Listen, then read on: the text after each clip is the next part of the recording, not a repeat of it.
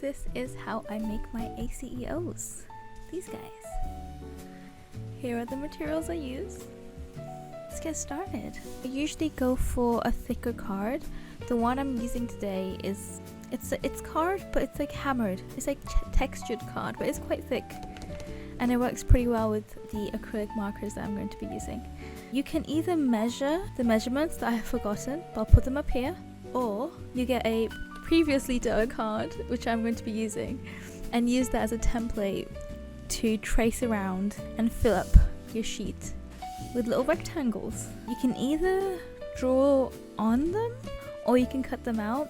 I prefer cutting them out and doing them that way. It's okay to be imperfect when you're cutting them out. I like the border not being absolutely perfect. I think it adds to the hand-painted, handmade sort of vibe that I go for. I do try and be as accurate as I can, but that's not always the case. You can use a guillotine too. It's your preference, up to you. And you can also round the corners. I've seen a lot of artists round the corners of the cards, and I think that's very cool. ACEOs, they are art card editions and originals. I always sell the originals, but I've seen many artists sell prints of them or stickers of them as ACEOs. I've seen collages as ACEOs. Honestly, the world's your oyster. Usually they are original pieces of artwork, the size of about a playing card or a Pokemon card or a Magic the Gathering card. People like to collect them. I like to collect them. I love trading them too. I get to experiment with different art materials that I wouldn't usually go for. Like this collection here, my cats in France, they were done in all watercolor, and I don't remember the last time I used watercolor, and it was nice to dip into it again. And there's no pressure. It's just a little piece. It's not as scary as a big canvas.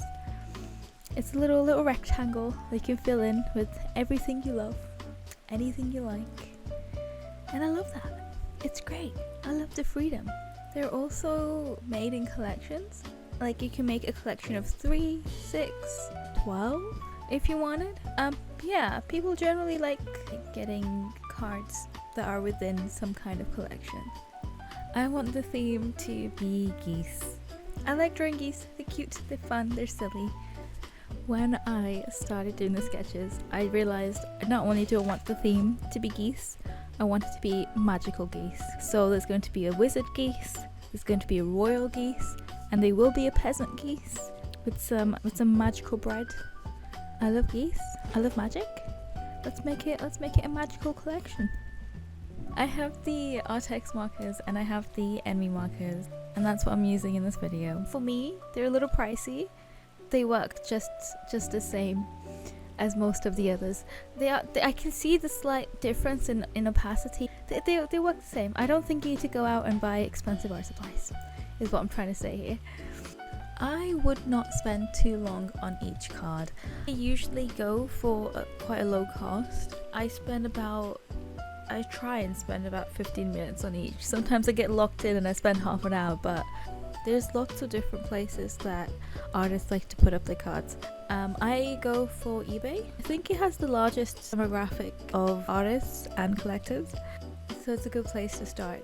And there's no listing fees, which is amazing. I price them at £3, so people can bid on them and it can go as high as someone is willing to pay, but I keep the minimum at £3. Don't price them any less than you're willing to let them go for.